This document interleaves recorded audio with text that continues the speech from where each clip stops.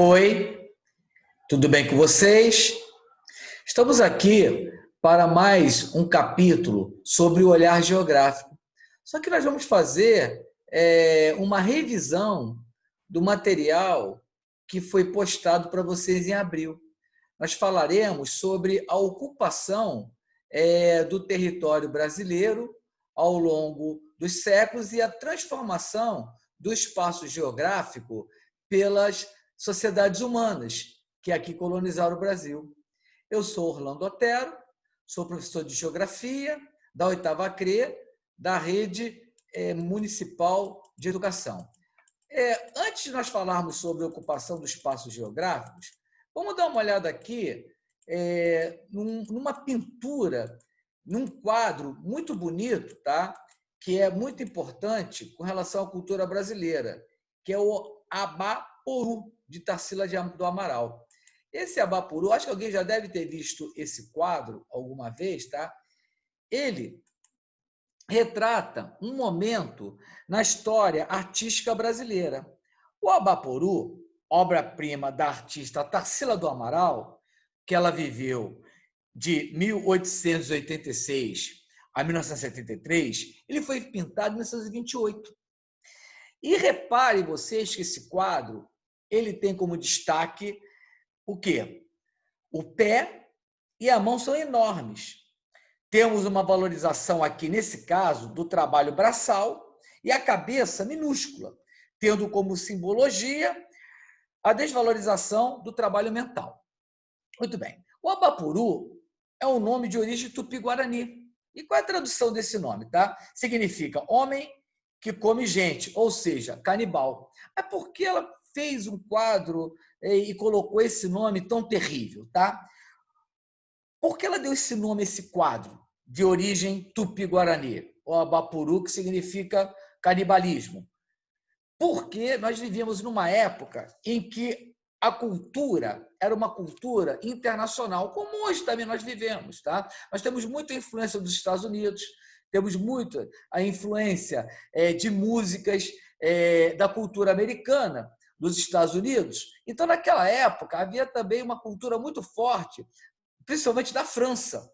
Então, esse movimento foi um movimento cultural que ocorreu no Brasil e artista fazia parte desse movimento nacional pela cultura brasileira. Qual é a ideia do quadro? A ideia do quadro é acabar com justamente toda influência estrangeira na cultura brasileira. Por isso que ela faz essa conotação. Esse quadro ele é uma obra-prima de Tarsila do Amaral, muito valorizado no mercado internacional, vale alguns milhões de dólares esse quadro. Tá? Então, essa é uma análise desse Abaporu de Tarsila do Amaral, que foi pintado em 1928. Depois aqui, seguindo a ideia, vamos dar uma olhada sobre a ocupação do território brasileiro. Como é que o território brasileiro ele foi ocupado? Isso aqui é um mapa, tá? Do século XVI. Então, vamos dar uma olhada aqui no século XVI, só lembrar vocês o seguinte, que o século XVI foi de 1501 a 1600. Então, o Brasil ele foi ocupado, ele foi descoberto em 1500, final do século XV. Em 1501 já estavam sendo ocupados através das expedições exploratórias. De uma certa forma, havia uma ocupação do território. Então, ele foi ocupado com qual objetivo? Tá? Ele baseava na grande propriedade rural voltada para a exportação. E essa grande propriedade rural era denominada de Seis-Marias. O que eram Seis-Marias? Seis-Marias eram grandes glebas, ou seja, grandes fazendas que eram encontradas no território. E aí foi denominado, essas grandes fazendas foram chamadas de capitanias hereditárias. Tá? Então, o início do Brasil se deu com base nessas Marias e as capitanias hereditárias. Tá? E quais são os dois fatores que influenciam nessa decisão? A existência de abundantes terras férteis no litoral e o comércio altamente lucrativo do açúcar na Europa. Então, nesse primeiro momento, o Brasil era um país produtor de açúcar e toda a produção era voltada para atender as necessidades do mercado europeu. Tanto é que o açúcar ele ficou conhecido como ouro branco. No primeiro momento, Os portugueses lançaram mão de trabalho escravo do índio e depois do negro africano. Tentaram escravizar os indígenas não muito adaptados ao trabalho escravo, eles se interiorizaram, eles fugiram para o interior do Brasil. Então, os portugueses foram na África e começaram a trazer os africanos de maneira forçada. Então, foi a escravidão que se deu início justamente nesse período, no período da produção de açúcar, e essa produção se dava principalmente no Nordeste brasileiro. Então, a colonização iniciou-se, então, apoiada no seguinte tripé, ou seja, com 3 bases: a grande propriedade rural, a monocultura do produto agrícola de larga aceitação no mercado europeu e o trabalho escravo. Monocultura é o plantio de um só produto. Então, foi plantado justamente o açúcar. As dificuldades iniciais eram muitas, bem maiores do que os donatários podiam calcular. Era difícil a adaptação das condições climáticas a um tipo de vida totalmente diferente da Europa. Além disso, o alto custo de investimento não trazia retorno imediato. Alguns donatários nem chegaram a tomar posse das terras, deixando-as abandonadas. Então, só 2 províncias, só duas capitanias hereditárias fizeram sucesso: Pernambuco e São Vicente. São Vicente é na região de São Paulo. Foram as capitanias que mais prosperaram, porque as demais, como ele falou anteriormente, o tipo de clima e a dificuldade de sobrevivência nessas terras não fez com que o negócio prosperasse. Então, muitos donatários abandonam esse território e se voltam justamente para Portugal, e só quem teve sucesso foi Pernambuco, no Nordeste, e São Vicente, é uma cidade de São Paulo, no litoral paulista, que também teve sucesso nesse empreendimento do Brasil açucareiro. Bem, vamos dar uma olhada aqui com relação ao regime político brasileiro. O regime político brasileiro, gente, é uma república. Tá? O que é uma república? República é uma palavra que deriva do latim, significa coisa pública. Então, qual é a ideia da república? A ideia da república é o seguinte, tá? É aquilo que diz respeito ao interesse público de todos os cidadãos. Tá? Então, o que é o interesse público? Uma escola, uma creche, tubulação de água, tubulação de esgoto, uma rodovia, uma estação de trem, uma ferrovia. Então, isso faz parte do interesse público dos cidadãos, que vai fazer com que a nossa vida, nesse espaço geográfico, nesse território, se torne uma vida com uma melhor facilidade de sobrevivência. Como é que se organiza a República? A República, o povo, ele escolhe o seu chefe de Estado.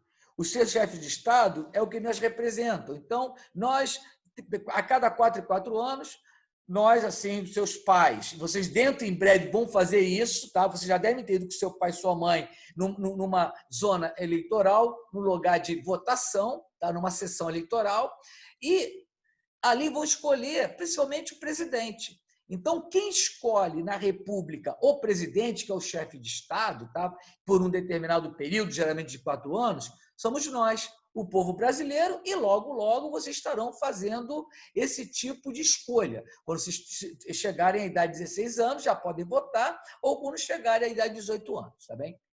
Bem, nessa república, o Brasil, nós estamos uma federação, ou seja, a união política de territórios com governo próprio e certa autonomia.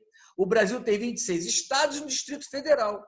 Esse Distrito Federal é Brasília, e mais de 5.000 municípios. Todos eles têm seus governantes e suas leis particulares, mas não podem ultrapassar os limites da Constituição Federal.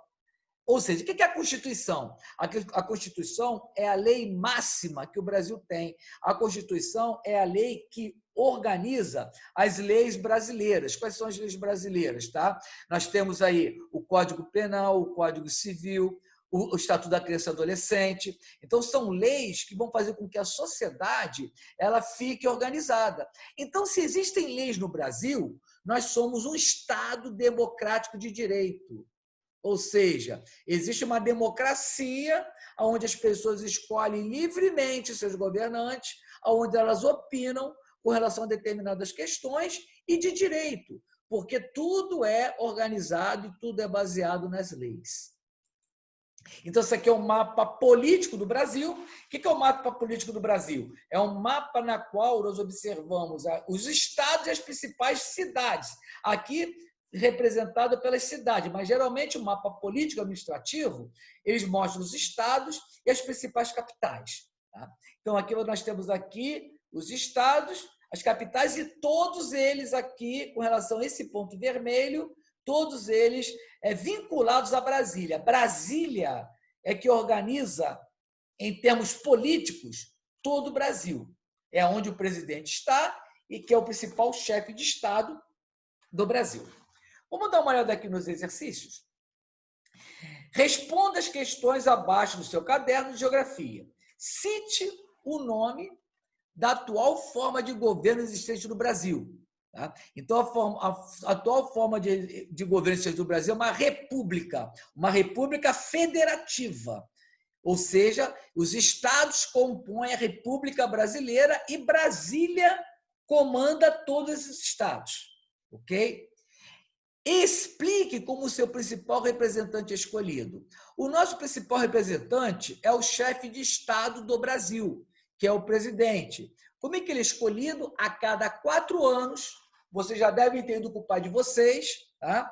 Se dirigem a uma sessão eleitoral, geralmente uma escola, a escola que você estuda com certeza é uma sessão eleitoral, e ali vai escolher o seu presidente. O nosso atual presidente, Jair Messias Bolsonaro, ele foi escolhido, tá, em 2018 pelo voto direto. As pessoas foram lá e votaram nele. Então, é essa forma que nós escolhemos o principal representante. Não só ele, escolhemos governadores, prefeitos, deputados, vereadores, nós escolhemos vários representantes. Isso é uma democracia, onde o povo elege os seus representantes. Explique de que forma está organizada a República Federativa Brasileira. A República Federativa Brasileira é um Estado democrático de direito, onde as leis regem o espaço geográfico brasileiro e é organizada por 26 estados e um Distrito Federal. Esse Distrito Federal é representado por Brasília.